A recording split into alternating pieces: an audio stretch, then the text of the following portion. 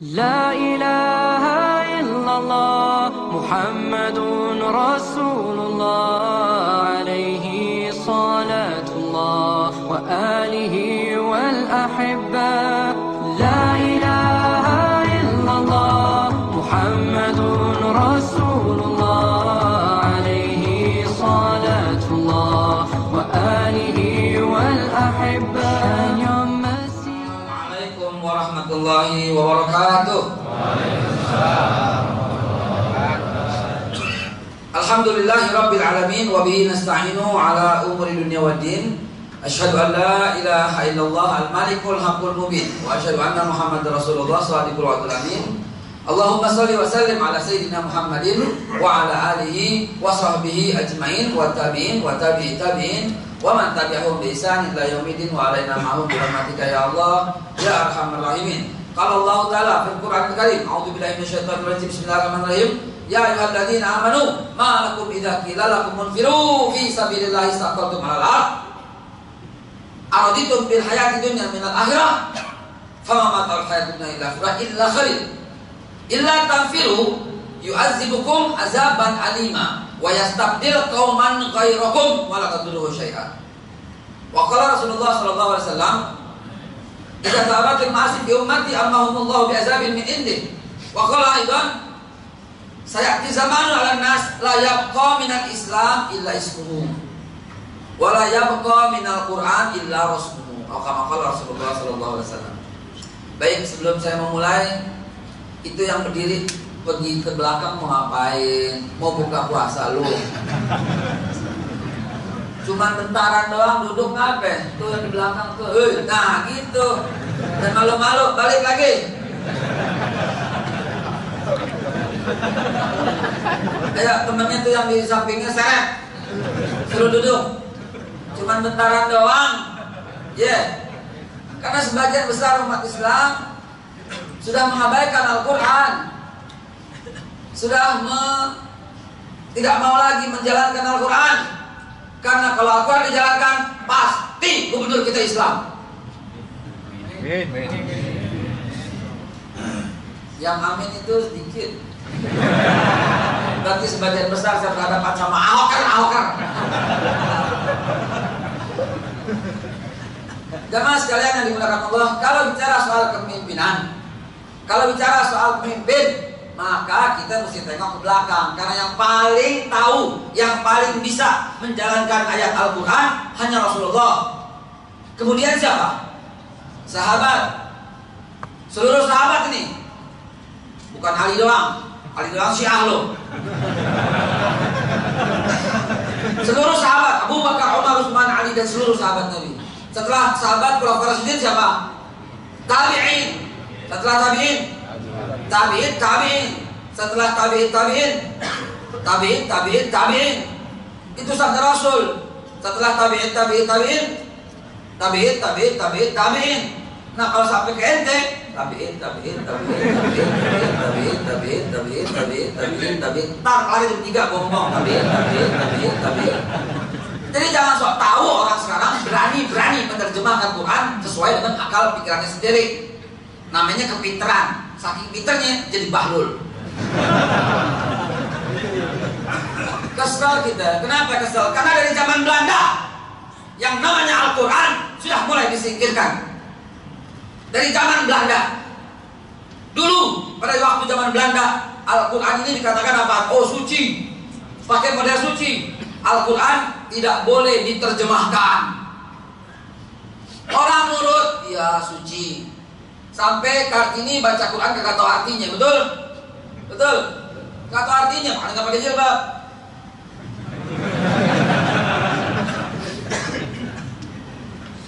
Ya, kalau Cut Nyadin paham bahasa Arab, pakai jilbab akhirnya. Itu loh. Belanda udah bilang kepada kita dulu.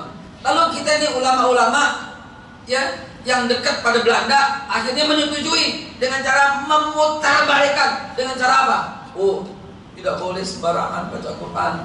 Baca Quran harus ada tahu artinya, tafsirnya, bahasa Arabnya. nahu, shorof, balaghah, mantek, ma'ani, bayan, asbabun nuzul, asbabun nurut, lengkap dulu baru bisa menerjemahkan Al-Quran. Akhirnya Quran jadi barang antik. Setiap bulan Ramadan hanya kita berlomba untuk menghatamkan Al-Quran. Belum pernah kita dengar orang yang menghatamkan artinya. Saya pernah tanya di sini 7 bulan yang lalu. Sekarang saya mau tanya lagi. Dari 7 bulan pertemuan kita waktu itu sampai sekarang, siapakah yang sudah membaca Al-Quran dengan artinya? Billahi taufiq wal hidayah. Artinya sungguh ini ekonomi kahanan saudaraku. Kalau Rasulullah dan para sahabatnya membaca Al-Quran langsung paham karena beliau orang Arab dan Quran bahasa Arab. Betul? Rasulullah yang bilang hubbul Arabi li thalasin, cintai Arab karena 3 kata Rasulullah. Li anni Arabi, karena aku orang Arab. Wal Quran Arabi, dan Quran bahasa Arab. Wal kalamul ahlul jannah Arabi, dan Quran bahasa Arab, dan kalam ahlul jannah percakapan ahli surga itu Arabi. Itu pantas, nggak usah pakai depak.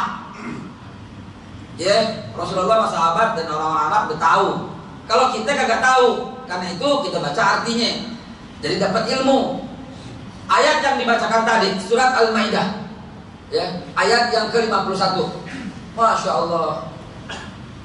Ya ayyuhalladzina amanu, wahai orang yang beriman, la tattakizul yahud, jangan ambil Yahud, wan nasara, dan Nasrani juga. Kenapa? Auliyahum ba'din. Mereka tuh pemimpin untuk pemimpin mereka doang. Wa may yatawallahum minkum fa innahu minhum. Siapa yang mengangkat Yahudi sebagai pemimpin, mereka termasuk Yahudi. Siapa yang mengangkat Nasrani sebagai pemimpin, mereka adalah Nasrani. Kalau sekarang sholat bagaimana? Allah yang betul, tarian matinya, mati Nasrani. Demi Allah, Allah yang betul, bukan otak kita. Itu kan wali maksudnya bukan pemimpin, Pak. Neliti langsung. Itu maksudnya teman, sahabat akrab, pelindung, bukan pemimpin. Saya keluarkan dalil mengenai sejarah. Sejak tahun 1978 sebelum Masehi, sejak zaman Nabi Ibrahim alaihissalam, Nabi Ibrahim hanya mempercayakan orang Islam sebagai pemimpin. Nabi Ibrahim berkata kepada 2 anaknya, "Ya bunayya, inna Allah astafa lakumuddin, fala tamutunna illa wa antum muslimun." Itu kata Ibrahim kepada 2 anaknya. Fala tamutunna, jangan kau mati melainkan dalam keadaan orang Islam. Suratul Baqarah 132. Allah pun mengangkat Ibrahim karena dia seorang muslim. Allah mengangkat inni ja'iluka linnasi imaman, Al-Baqarah 140. Aku jadikan kau Ibrahim pemimpin semua umat manusia. Jadi jangan sok tahu. Kalau mau baca Al-Quran, lihat siapa yang paling paham, tanya Rasulullah SAW. Rasulullah SAW tidak pernah mengangkat orang Nasrani sebagai pemimpin, baik pemimpin perang maupun pemimpin wilayah. Coba buktikan. Ya, Abu Bakar, Umar, Utsman, Ali, itu khalifah-khalifah yang dekat dengan Rasulullah. Lalu kemudian gubernur-gubernur atau pemimpin-pemimpin masa Rasulullah, Usama bin Zaid, Talha bin Ubaidillah, Zubair bin Awam, Abdurrahman bin Auf, Salman al-Farisi, Abi Dzar al-Ghifari, Ammar bin Yasir, Bilal bin Rabah. Mana yang Nasrani? Basuki Cahayapurnama kagak ada.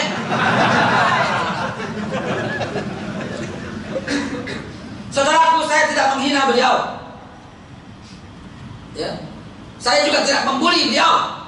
Saya cuma katakan Islam dari zaman dulu dijauhkan dengan Quran. Ngomong begini nih, banyak yang protes. Saya tahu di hati antum yang ahoker akan berkata, Quran dijadikan kampanye. Sini loh. Kenapa saudaraku? Karena Quran mengatur mulai dari masuk WC sampai keluar WC.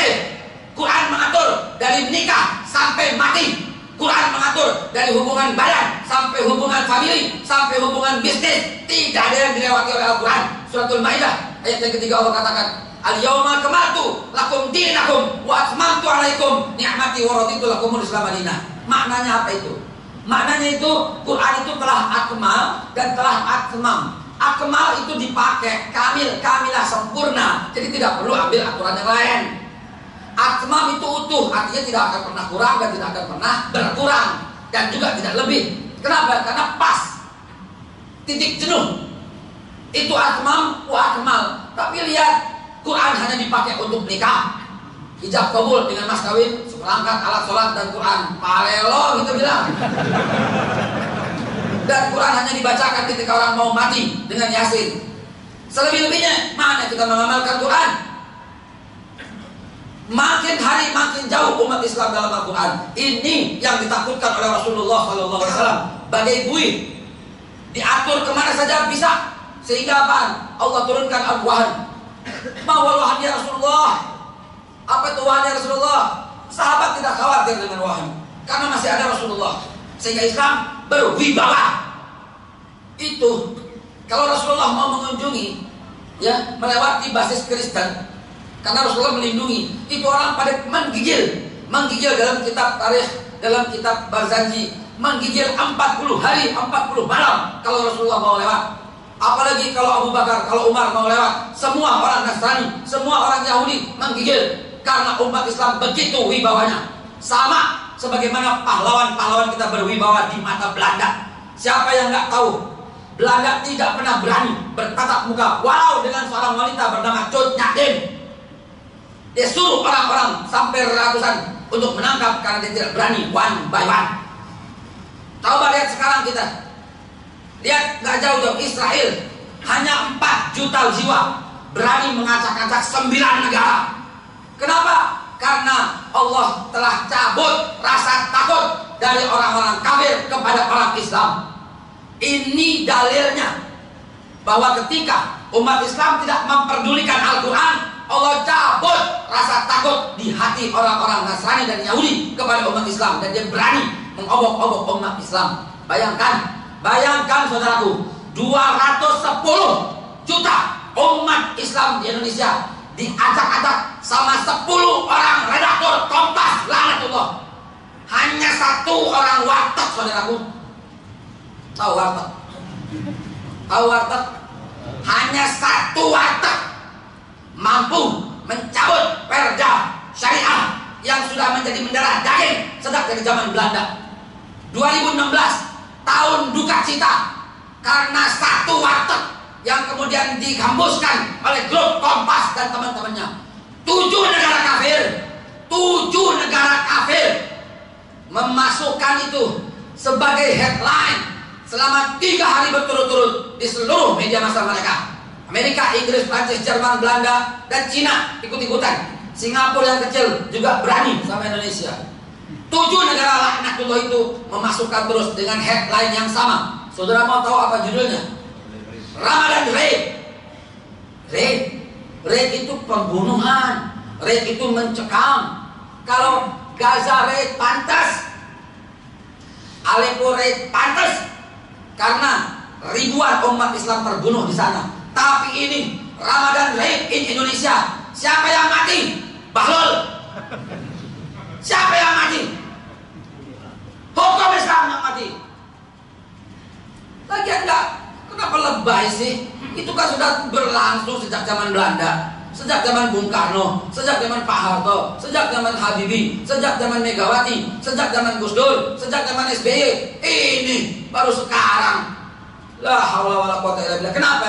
Karena umat Islam telah menjadi wahan. Takut. Saya ceramah ini begini yang ke-54 kali dalam bulan Ramadan.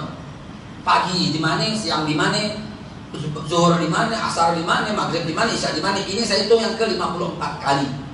Dan saya perhatikan beberapa, nggak usah disebut ya, langsung mematikan speaker. Gua mau tahu, ini agak rahmat matiin speaker gua.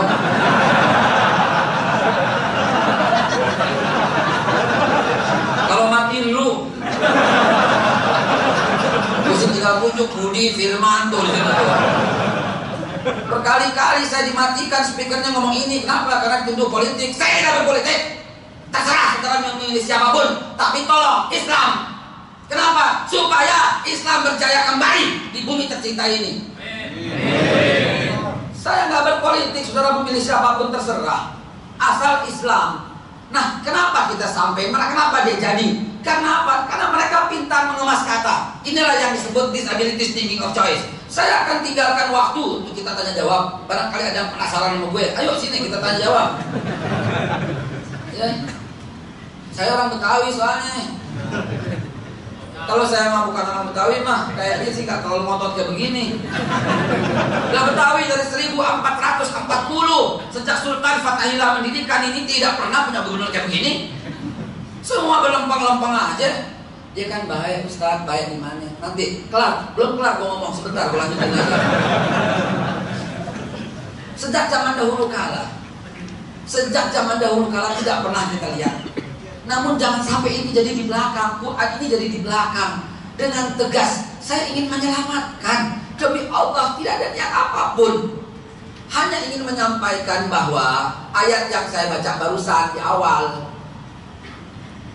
illa tanfiru yu'azibukum azaban alima wa yastahil qauman ghairakum wa la tadurruhu syai'a.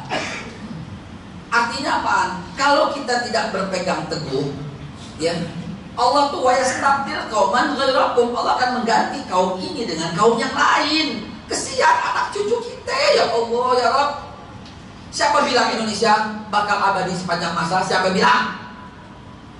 Masih ingat di pelupuk mata Rusia, Uni Soviet, negara superpower, negara raksasa, lebih besar dari Indonesia, lebih jaya dan militernya dahsyat, mampu menandingi Amerika.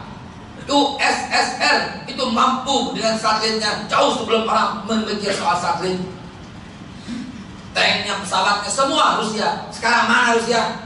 Mana Uni Soviet? Hancur lebur, berkeping-keping, berantakan. Filipina, dulu negara Muslim, 99% di Filipina Muslim sebelum tahun 1450. Sejak kedatangan Portugis dan Spanyol, mereka membunuh umat Islam karena umat Islam mulai mengabaikan Al-Quran, mulai pelan-pelan menjadi negara kafir.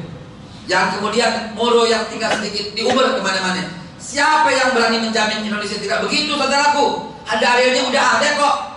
Dalilnya udah ada. Penyebab itu semua karena mengangkat orang-orang non-Muslim sebagai pemimpin. Buka surat Al-Maidah ayat yang ke-51. Siapapun yang memilih Yahudi sebagai pemimpin, matinya Yahudi. Siapapun memilih Nasrani sebagai pemimpin, matinya Nasrani. Buka ayat yang ke-52. Allah katakan kalian sudah munafik. Buka ayat 53. Kalian habitat a'maluhum, amal kalian hapus semua. Buka ayat yang ke-54. Allah sudah hukumkan kalian murtad. Depannya masih Allah rayu. Ya ayyuhallazina amanu man yartadda minkum an dinihi fasawfa ya'tillahi biqaumin yuhibbuna wa yuhibbuna adillatin 'alal mu'minin wa 'izzatin 'alal kafirin wa la yakhafu lawmatal la'im. Depannya masih orang yang beriman. Kalau mau murtad silahkan, kata Allah. Allah nggak perlu. Dan ayat yang ke-55 terakhir, Allah masih mengajak dengan ucapan yang lembut, innama waliyukumullah war rasul wallazina amanu yuqimunas sholata wa yutuz zakah. Hei orang yang beriman, sesungguhnya pemimpinmu itu Allah, Rasul, orang beriman yang sholat bersamamu, yang rukuk bersamamu, yang sujud bersamamu. Masya Allah. Dan mengeluarkan zakat bersamamu. Itu yang kita rindu. Sekarang terpilih karena kita dijadikan otaknya ini menjadi disability thinking of choice, sebuah istilah dalam psikologi. Ya, ngerti nggak? Kalau nggak lu terima aja deh. Disability thinking itu adalah ketidakmampuan berpikir of choice dari pilihan-pilihan. Ketidakmampuan berpikir, memilih, disability thinking of choice. Sebenarnya banyak, tapi karena yang disajikan cuma dua, akhirnya kita cuma bisa dua pilihan doang. Dalilnya nggak pakai Quran, dalilnya nggak pakai hadis, dalilnya dengan hadis riwayat mendingan. Udah pernah dengar hadis riwayat mendingan? Udah pernah dengar? Mendingan mana? Pemimpin. Tuh pakai dalil mendingan. Mendingan mana? Pemimpin Islam yang maling dan koruptor, atau pemimpin yang kafir, yang non muslim, yang kafir, ya, yang tapi adil dan jujur. Mendingan mana? Mendingan mana? Dalam Al-Quran tidak bisa dibenarkan dua-duanya. Yang mukmin yang begitu bukan mukmin, turunin. Kenapa? Karena pemimpin dalam Islam nomor satu adalah innama waliyukumullah wa rasul wallazina amanu. Wajib orang beriman. Dan ada 10 kriteria lebih banyak lagi. Namun saya simpulkan dengan sunnah Rasulullah, siddiq, tabligh, amanah, fatonah. Orang itu harus siddiq, benar ucapan dan perbuatan. Orang itu harus tabligh, dia transparansi, dia menyampaikan. Itu namanya tabligh. Transparansi adalah dasar kepemimpinan dalam Islam. Yang ketiga adalah amanah. Dia itu amanat, dia itu menyampaikan semuanya, tidak untuk dirinya sendiri. Yang keempat adalah fatonah, cerdas dan tahu bagaimana cara memimpin. Ini kriteria pemimpin dalam Islam. Masa 12 juta rakyat Jakarta tidak ada satupun yang memenuhi kriteria itu? Kalau sekedar memenuhi itu, gue juga bisa. Tapi gak layak. Sahabatku sekalian, maka mulai sekarang jangan lagi pakai dalil mendingan. Saya ngomong alal haq. Ya, ini ahoker yang ngomong begitu. Masih ada di Facebook dan Twitternya semua sebagai lahan jihad kita nanti yang akan saya sampaikan pada akhir sesi. Dia berkata, ketika Ahok mulai melegalkan minuman keras, pakai dalil mendingan lagi. Mendingan mana? Minuman keras yang dilegalkan atau minuman keras yang liar dan sembunyi-sembunyi? Mendingan mana? Jawab. Kalau lo jawab nomor 1, mabok lo berarti. Nomor 2 juga mabok berarti. Karena dua-duanya haram. Dia sendiri juga yang bilang, mendingan mana? Pelacuran yang terlokalisasi atau pelacuran yang liar, yang bebas? Mendingan mana? Nomor 1 kata lo tadi. Pelanggan lo. Dua-duanya haram. Mendingan kau dipakai dalam hidup sih. Ini ciri-ciri Islam liberal. Ciri-ciri yang sok dan kebanyakan baca. Mendingan.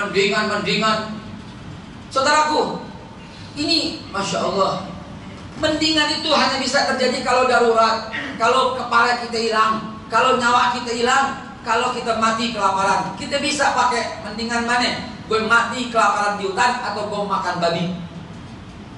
Kemungkinan bisa karena untuk menyambung nyawa, bukan untuk menikmati. Mendingan mana? Gue makan opor babi, sate babi, kulit babi, minyak babi, atau gue mati. Namanya rakus namanya loh. Untuk sekedar menyambung hidup nggak salah dalam hukum. Ya, tapi kalau tidak, Masya Allah, ini udah berjangkit.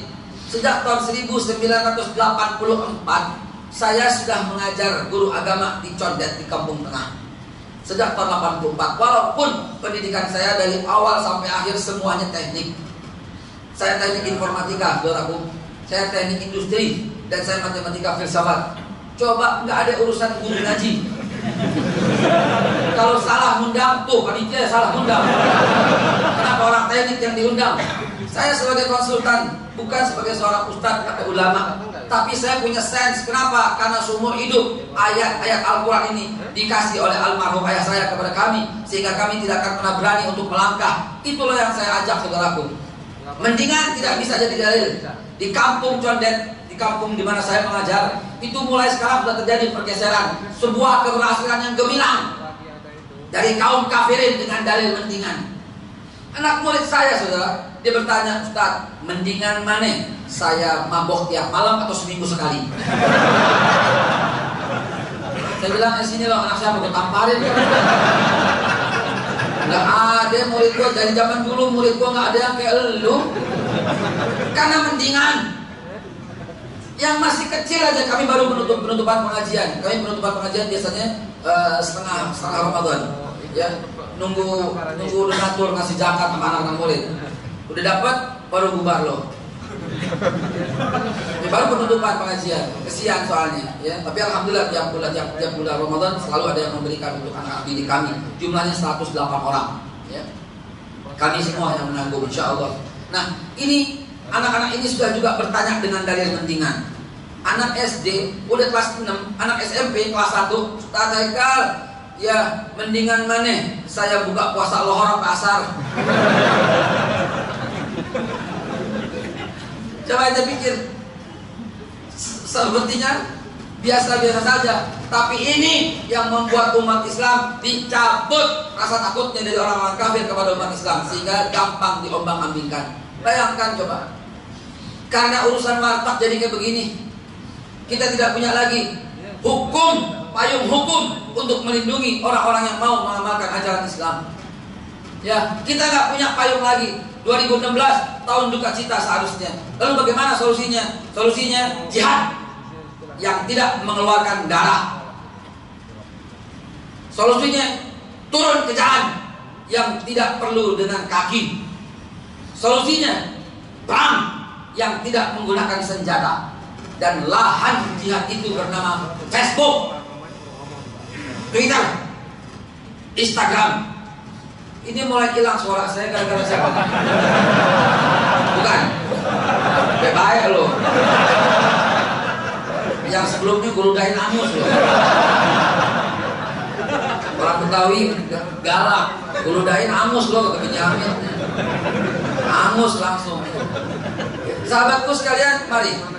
Ya, demi Allah, tidak ada niat apapun mau ngetop gitu, la haula wala quwwata illa billah. Saya cuma mau sampaikan bahwa kalau tidak begini, maka Indonesia, negara kesatuan Republik Indonesia yang kita cintai lahir batin ini akan hilang. Kenapa? Udah janjinya kayak begitu. Ini fakta sejarah, masa diungkapin lagi. Tuh lihat, bangsa Assyria menaklukkan Israel, Babilonia mengepung Yerusalem, penghancuran Yerusalem, sampai dibentuknya agama Nasrani tahun 325. Belum, masih satu. Nih, Herodes bangun tahta, lalu sampai disepakati Yesus jadi Tuhan. Semuanya, ya, sejarah telah membuktikan, saudaraku, ya, sejarah telah membuktikan bahwa semua kejadian penghancuran bangsa-bangsa karena mengangkat pemimpin yang bukan dari kalangan mereka. Sampai Allah katakan munafik. Dalilnya ngeri. Tapi karena kita udah bersumpah tidak takut kalau menyampaikan Al-Quran. Allah berfirman, Basyiril lil munafiqina bi annahum azaban alima. Kasih kabar gembira buat orang munafik. Allazina yattabi'unal kafirin awliya'hum min dunil mu'minin. Kita akan hancur, saudaraku. Maka tidak lain tidak bukan, Al-Quran hanya mengajarkan mengangkat pemimpin orang Islam. Rasulullah mencontohkan semuanya orang Islam. Sahabat-sahabat Nabi, minat tabi'in wa tabi'in wa tabi'in wa tabi'in tabi'in tabi'in, semuanya hanya orang Islam. Ada 40 orang gubernur di masa Abu Bakar Siddiq, tidak satu pun yang bukan Islam.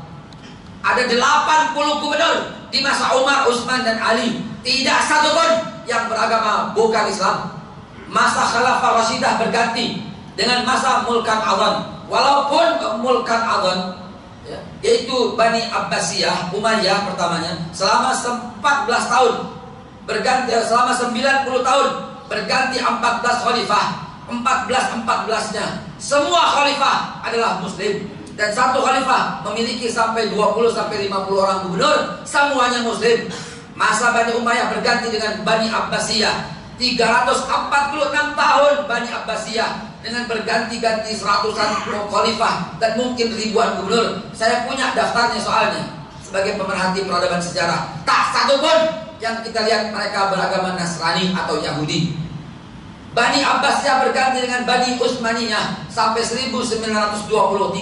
Tidak satu pun pula seluruh khalifah-khalifahnya, seluruh sultan-sultannya, seluruh gubernur-gubernurnya ada yang beragama selain Islam. Bawa sini kalau ada sejarah satu pun penerapan Al-Quran ini dalam hal kepemimpinan, baik masa sahabat, baik masa Rasul, bahkan baik masa tabi'in, yang mau mengangkat orang-orang yang non-Islam. Saudaraku, saya menyampaikan Al-Quran lillahi ta'ala, bukan membenci Ahok, tidak sama sekali dalam hati ini.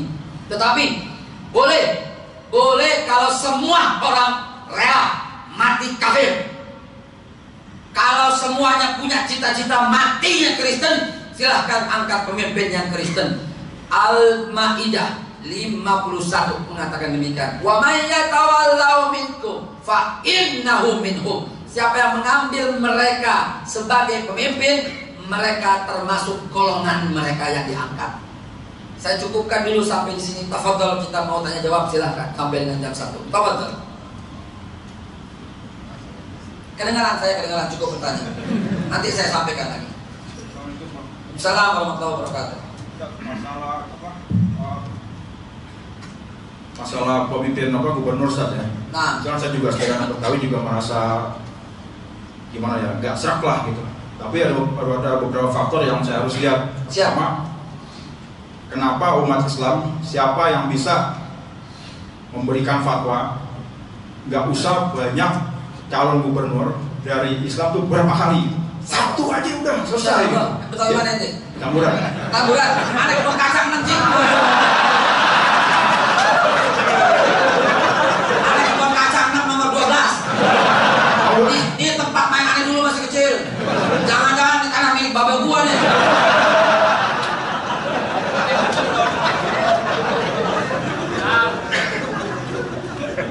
Ya, Ustaz, jadi coba tolong ya, siapakah, apakah MUI atau siapa, satu aja calon gubernur, ya kan?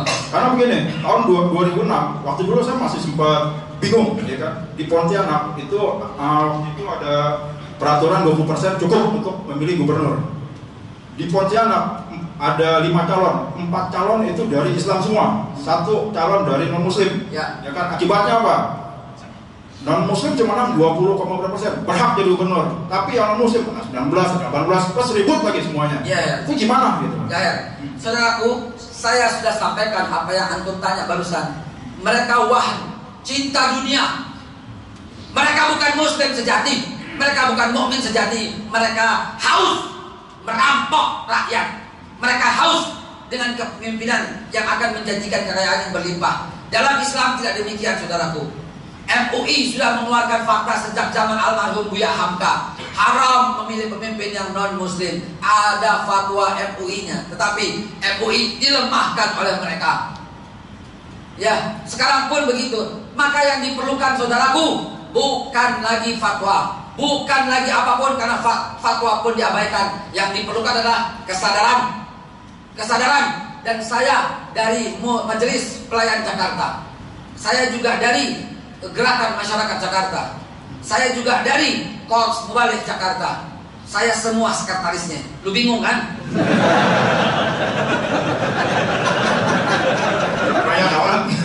Artinya kita berusaha menampung semua aspirasi. Nantinya insya Allah akan mengerucut. Tapi ngurusin mereka yang haus dengan kekuasaan, yang menyembah partainya, lebih ribet daripada ngurusin cecurut di rumah kita. Saudaraku, yang diperlukan adalah apa? Allah dan antum yang akan akhirnya. Bilik suara yang akan menentukan. Di bilik suara, saksikanlah bahwa antum memilih orang Muslim. Dan kami lagi berjuang mati-matian, one by one. Ahok lawan satu orang yang Muslim, insya Allah, dan yang mukmin.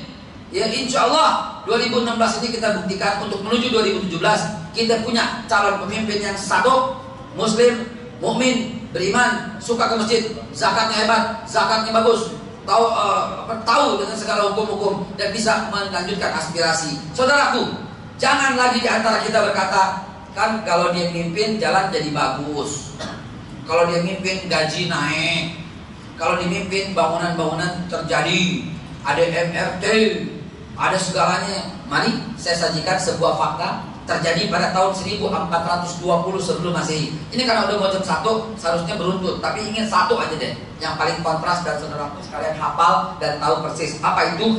Musa alaihissalam dengan Fir'aun. Di zaman itu ada 2 pemimpin. Di zaman itu ada 2 calon. Di zaman itu ada Fir'aun, ada Nabi Musa alaihissalam. Yang bangun jalan siapa? Fir'aun. Yang bangun bangunan megah siapa? Fir'aun. Yang bikin Sphinx siapa? Fir'aun. Yang bikin piramid siapa? Fir'aun. Yang punya emas bertaburan siapa? Fir'aun. Yang bikin jalan jadi lebar siapa? Fir'aun. Yang melebarkan sungai Nil siapa? Fir'aun. Yang punya roda pedati dari emas siapa? Fir'aun. Tetapi kenapa Allah suruh tetap pilih Musa yang miskin? Karena tidak berhak orang-orang yang beriman dikesampingkan. Tidak bisa orang-orang yang beriman jauh dari panggung, tidak bisa. Saudaraku, kita haram mengganggu orang Kristen. Catat, saya mengerti hukum dan mengerti Al-Quran insya Allah, dan mempelajari Injil dengan seksama. Haram ganggu orang Kristen, tercantum dalam perjanjian Hudaibiyah nomor 8 yang ditandatangani Nabi. Berlaku kapan? Selamanya, abadi, sepanjang masa. Haram mengganggu orang Kristen, apalagi kalau dia mau ke gereja. Haram hukumnya. Haram juga menyakiti orang Kristen, baik dari lisan maupun tulisan maupun dari perkataan. Haram. Karena itu orang Islam yang benar tidak akan mencela orang-orang Kristen. Saya tidak mencela dari awal sampai akhir. Tidak mencela. Berteman dengan mereka boleh, bisnis dengan mereka cakep, bergaul dengan mereka nggak masalah, berakrab dengan mereka nggak masalah. Hari Natal datang ke rumahnya tanpa mengucapkan makan makanan mereka yang halal, makan biskuit kongguan nggak masalah. Standar lebaran kongguan nggak masalah. Bergaul akrab dengan mereka nggak masalah. Antum punya bos Kristen nggak masalah. Yang Allah haramkan cuma mengangkat mereka sebagai pemimpin. Masa begitu aja susah? Mengganggu mereka haram, tapi mengangkat mereka sebagai pemimpin juga haram. Nggak ada perselisihan pendapat ulama di dalamnya.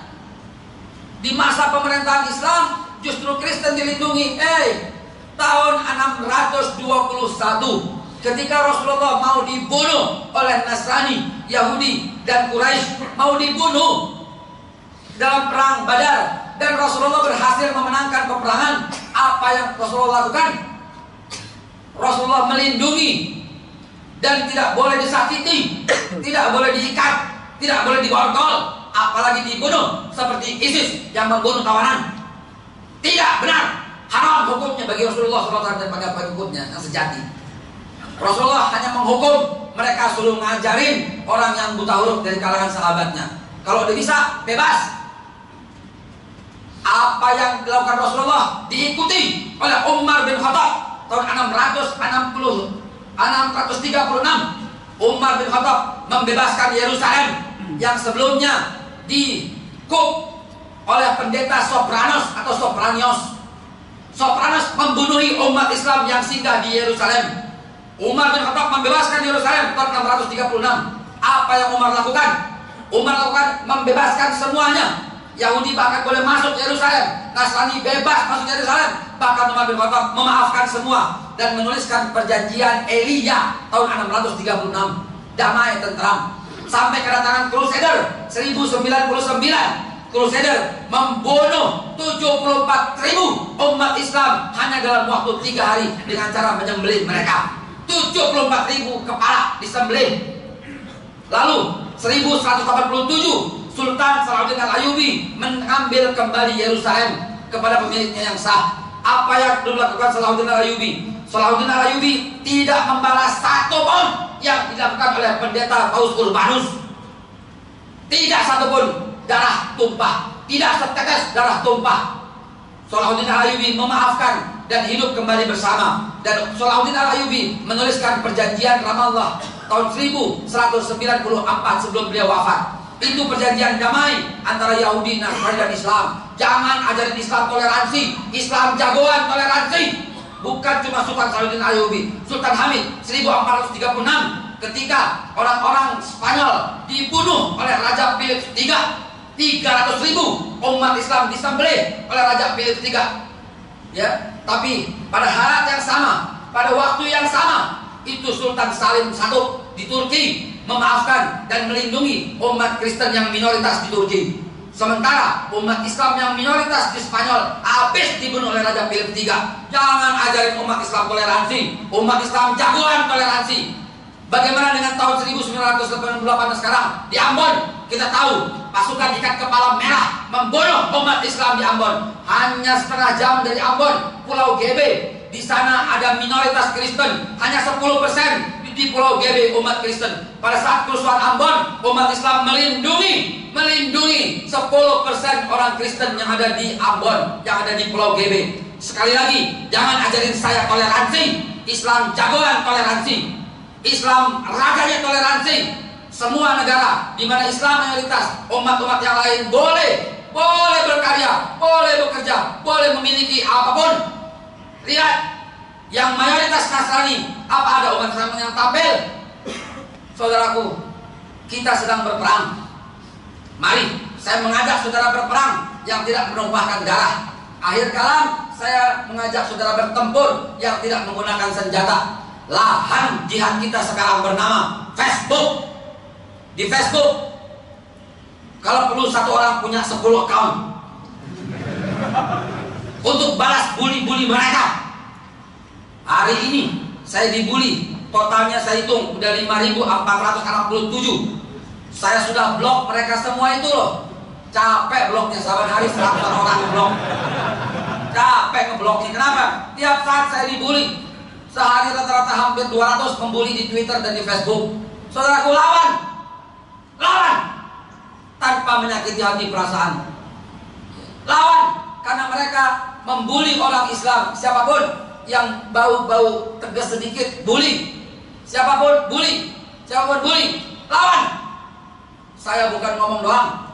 Kami menyediakan fasilitas, saudaraku. Saya sediakan fasilitas itu 9 bulan. Ini bagian dari planning kami. 9 bulan, alhamdulillah, saya membuat Al-Quran. Dia dengan depak MUI, bahkan kami berangkat sendiri ke Madinah dan presentasi di Madinah. Quran yang kami ciptakan ini, Quran dengan barcode, Quran dengan decoding, dengan QR code. Tujuannya antum tetap menghormati ini. Dan sampingnya itu adalah gadget Anda. Download gratis. Udah gratis nggak mau juga, kebangetan loh. Download di Apple Store, di Play Store, di BB Store, Smart Quran. Miliki Qurannya. Kalau antum baca nggak tahu, alam taro ilal ladzina yaddalu, ambil handphone Anda, scan, keluar artinya di sini, keluar tafsirnya, keluar 4 buah tafsir. Jalalain lengkap, Marawi lengkap, Ibnu Katsir lengkap, dan Al-Maududi lengkap. Terjemahan dalam bahasa Arab, Inggris, dan Indonesia. Langsung 1 kali tombol klik sampai ke Twitter Anda, sampai ke Facebook Anda. Ramaikan Facebook, ramaikan Twitter, ramaikan Instagram dengan Al-Quran, dan lawan orang-orang yang menghina Al-Quran. Lawan orang-orang yang berkata mendingan. Supaya apa? Supaya orang yang masih pro kepada orang-orang kafir, tiba-tiba hatinya turun hidayah Allah dan hanya mau memilih pemimpin yang muslim, yang jujur, yang ikhlas, yang cerdas, dan ke masjid bersama-sama kita, bahkan menjadi imam dalam salat-salat kita. Takbir! Takbir! Takbir! Insya Allah dengan cara-cara seperti ini kita akan mendapat kemenangan. Siapapun yang pilih mereka, partai duduk, partai dodol, partai apapun yang dukung mereka, ujung-ujungnya bilik suara yang menentukan. Dan pilihlah umat Islam hanya memilih orang Islam sebagai gubernur. Saya dilindungi undang-undang ngomong seperti ini karena saya hanya menyampaikan Quran, hadis, dan yang berhubungan dengan tarikh. Billahi taufiq wal hidayah. Wassalamualaikum warahmatullahi wabarakatuh.